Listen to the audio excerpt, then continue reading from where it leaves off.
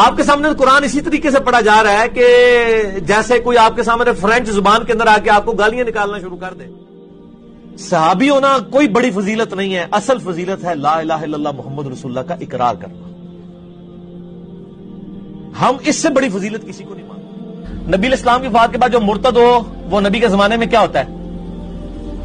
مسلمان نہیں سر، سیادی. ان ڈیفینیشن ہی بھول گئے سیادی تھی، جس نے ایک نظر بھی دیکھ لیا وہ ڈیفینیشن ہی بھول جاؤ گے. جب نبی علیہ السلام نے حضرت علی سے کہا تھا کہ میرا نام مٹا دو صلح حدیبیہ کے موقع پر، تو انہوں نے کہا کہ میں نہیں مٹاؤں گا محمد رسول اللہ. اگر حکم کو ادب پہ فوقیت دی جائے تو انہوں نے غلط کیا.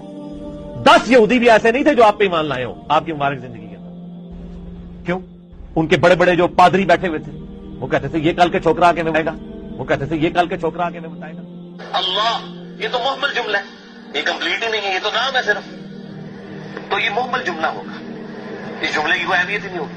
اللہ اللہ اللہ، اس کا کیا مطلب ہے؟ اس کا مطلب یہ ہے اللہ اللہ اللہ. تو یہ محمل جملہ ہوگا، اس جملے کی کوئی اہمیت نہیں.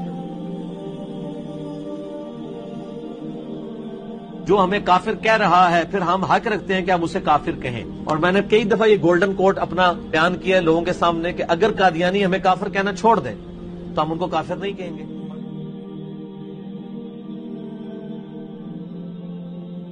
آج کی ڈیٹ میں بھی اگر کوئی کسی صحابی کو اپنے علم کی بنیاد پہ کافر بھی ڈکلیئر کر دے، وہ یہ سمجھے کہ میرے نزدیک وہ کافر تھا، تو اس سے یہ نہیں ہوگا کہ ہم اس کی تکفیر کریں گے. معاویہ کا پیٹ پوری زندگی نہیں بھرا، معاویہ کا پیٹ پوری زندگی نہیں بھرا کہ آپ کے ساتھ جو قادیانی ہے، جو نبی علیہ السلام کو آخری نبی مانتے ہیں لیکن ساتھ امتی نبی کلیم کرتے ہیں، کیا یہ یہود و نصارہ سے بدتر ہے؟ یہود و نصارہ تو آپ کے نبی علیہ السلام کو، میرے نبی علیہ السلام کو سرے سے پیغمبر نہیں مانتے بلکہ تو نعوذ باللہ جھوٹا کہتے ہیں.